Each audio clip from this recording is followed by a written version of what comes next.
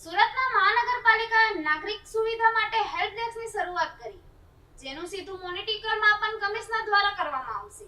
આ પહેલા લોકોની વહીવટ કામની ઝડપી માર્ગદર્શન અને સમયસર નિરાકરણ મળી શકશે.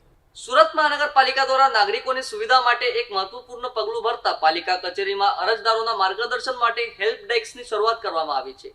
આ હેલ્પ ડેસ્ક પર થતી તમામ કામગીરીનું સીધું મોનિટરિંગ મનપા કમિશનર પોતે કરશે. પાલિકા કમિશનરના જણાવ્યા અનુસાર આ પહેલનું મુખ્ય હેતુ લોકોના વહીવટી કામોમાં ઝડપ લાવવા અને તેમને અધિકારી કર્મચારીઓના ખોટા ધક્કા ખાવા ન પડે તે સુનિશ્ચિત કરવાનો છે. હેલ્પ ડેસ્ક વિવિધ માધ્યમો દ્વારા લોકોની સમસ્યાઓનું તાત્કાલિક નિરાકરણ લાવવાના સહાયરૂપ થશે. મનપા પ્રશાસને આ નિર્ણય વહીવટી પ્રક્રિયાને સરળ બનાવીને લોકોનો કિંમતી સમય બચાવવા ઉદ્દેશ સાથે લીધો છે. આ હેલ્પ ડેસ્ક નાગરિકોને માર્ગદર્શન આપવાની સાથે તેમની અરજીઓનો પણ પ્રતિસાદ સમયસર મળે તે માટે પણ કામ કરશે. સુરત મહાનગરપાલિકા વિઝિટર્સ હેલ્પ ડેસ્કનું આજે શરૂઆત કરવામાં આવી છે.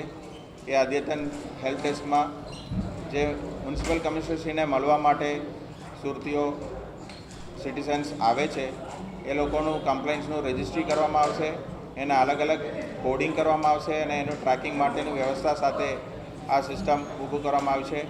એની અંદર જે પણ રજૂઆતનું નિરાકરણ થાય એ સ્ટેટસ અપડેટ નાગરિકોને વોટ્સએપ અને SMS મારફતે મળશે અને વારંવાર એમને મ્યુનિસિપલ કમિશનરની કચેરીનો ધક્કો ના ખાવો પડે અને એકવાર રજૂઆત થાય તો એનું નિરાકરણ સુધીનું મોનિટરિંગ મ્યુનિસિપલ કમિશનર કક્ષાએથી થાય એના માટેનું આ વિઝિટર હેલ્પ ડેસ્કનું આયોજન કરવામાં આવ્યું છે.